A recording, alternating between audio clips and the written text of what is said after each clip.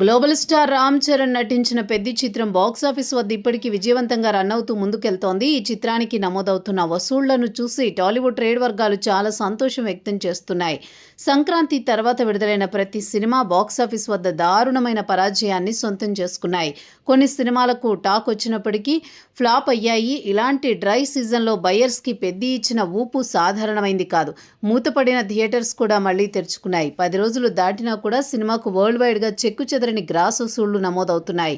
ఈ చిత్రానికి సంబంధించి థియేటర్స్లో టికెట్ రేట్స్ తగ్గించారు మేకర్స్. దాని ప్రభావం కలెక్షన్స్ మీద చూపించింది. కలెక్షన్స్ కూడా బాగా పెరిగినట్టుగా తెలుస్తోంది. ఇక తగ్గించిన టికెట్ రేట్స్తో అడ్వాన్స్ బుకింగ్స్ ఓపెన్ చేశారు, కానీ టికెట్ రేట్స్ మాత్రం భారీగానే ఉన్నాయి. ఎలాగో టికెట్ రేట్స్ తగ్గించారు కదా, రేపు వెళ్దామనే ఆలోచనలోకి ఆడియన్స్ వచ్చారు. అందుకే నిన్న వీకెండ్ అయినప్పటికీ కలెక్షన్స్ ఆశించినంతగా లేవు.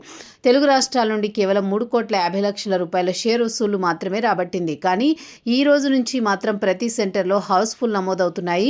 వైజాగ్, కాకినాడ, నెల్లూరు, విజయవాడ, హైదరాబాద్ చెప్పుకుంటూ పోతే ప్రధాన నగరాల్లో చిత్రానికి అదనపు థియేటర్ స్కెడ్యూల్ చేస్తున్నారు. థియేటర్స్ని యాడ్ చేసిన నిమిషాల వ్యవధిలోనే హౌస్ఫుల్ అయిపోతున్నాయి. దీన్ని బట్టి ఫ్యామిలీ ఆడియన్స్ టికెట్ రేట్స్ తగ్గడంతో ఏ రేంజ్లో థియేటర్స్కి కదులుతున్నారో అర్థం చేసుకోవచ్చు. టికెట్ రేట్స్ తగ్గాయి. పబ్లిక్లో టాక్ కూడా చాలా పాజిటివ్గా ఉంది. ఇక ఫ్యామిలీ ఆడియన్స్ మరో 2 వారాలు ఈ చిత్రానికి జాతరలాగా కదులుతారని అభిమానులు, మేకర్స్ బలంగా నమ్ముతున్నారు.